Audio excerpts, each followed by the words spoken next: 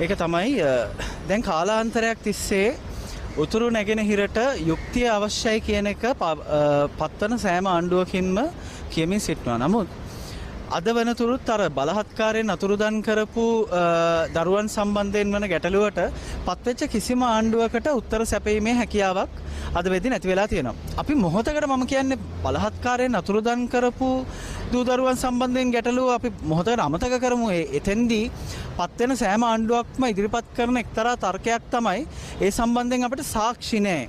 ඒ සම්බන්ධයෙන් අපිට නඩු කටයුත්තක් ගෙනියන්න සාධක නැහැ කියන එක.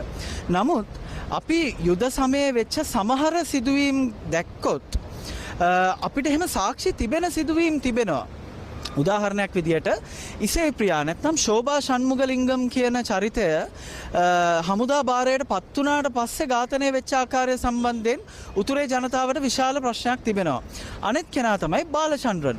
අපි දන්නවා වේලුපිල්ල ප්‍රභාකරන් කියන ත්‍රස්තවාදී නායකයාගේ පුතා.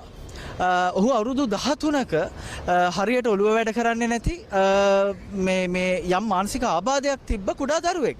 එම දරුවව ඝාතනයට ලක් කරන ලබනවා හමුදා භාරයට පත් වුණාට පස්සේ. මේවා සම්බන්ධයෙන් යුක්තිය ඉල්ලලා උතුරේ විවිධ අරගල පැවැත්වෙනවා. නමුත් ක්‍රමවත් විධිමත් විදිහේ පැමිණිල්ලක් කවදාවත් ඒ සම්බන්ධයෙන් සිද්ධ කරලා නැහැ. මොකද හේතුව ඔවුන් සම්බන්ධයෙන් ඉදිරිපත් වෙන්න ඔවුන්ගේ ඥාතියෙක්වත් කවුරුත් ඉතුරු වෙලා නැහැ කියලා.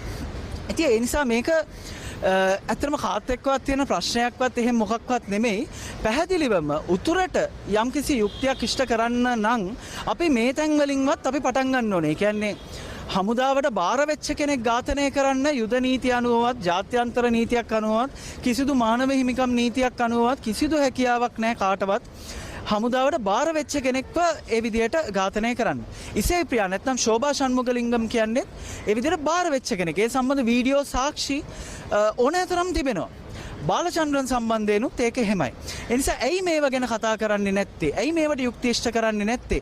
මේවට යුක්ති ඉෂ්ට නොකර අපිට උතුර සම්බන්ධය උතුර විශ්වාසය දිනා ගන්න පුළුවන්ද? පත් වෙන කිසිම ආණ්ඩුවකට.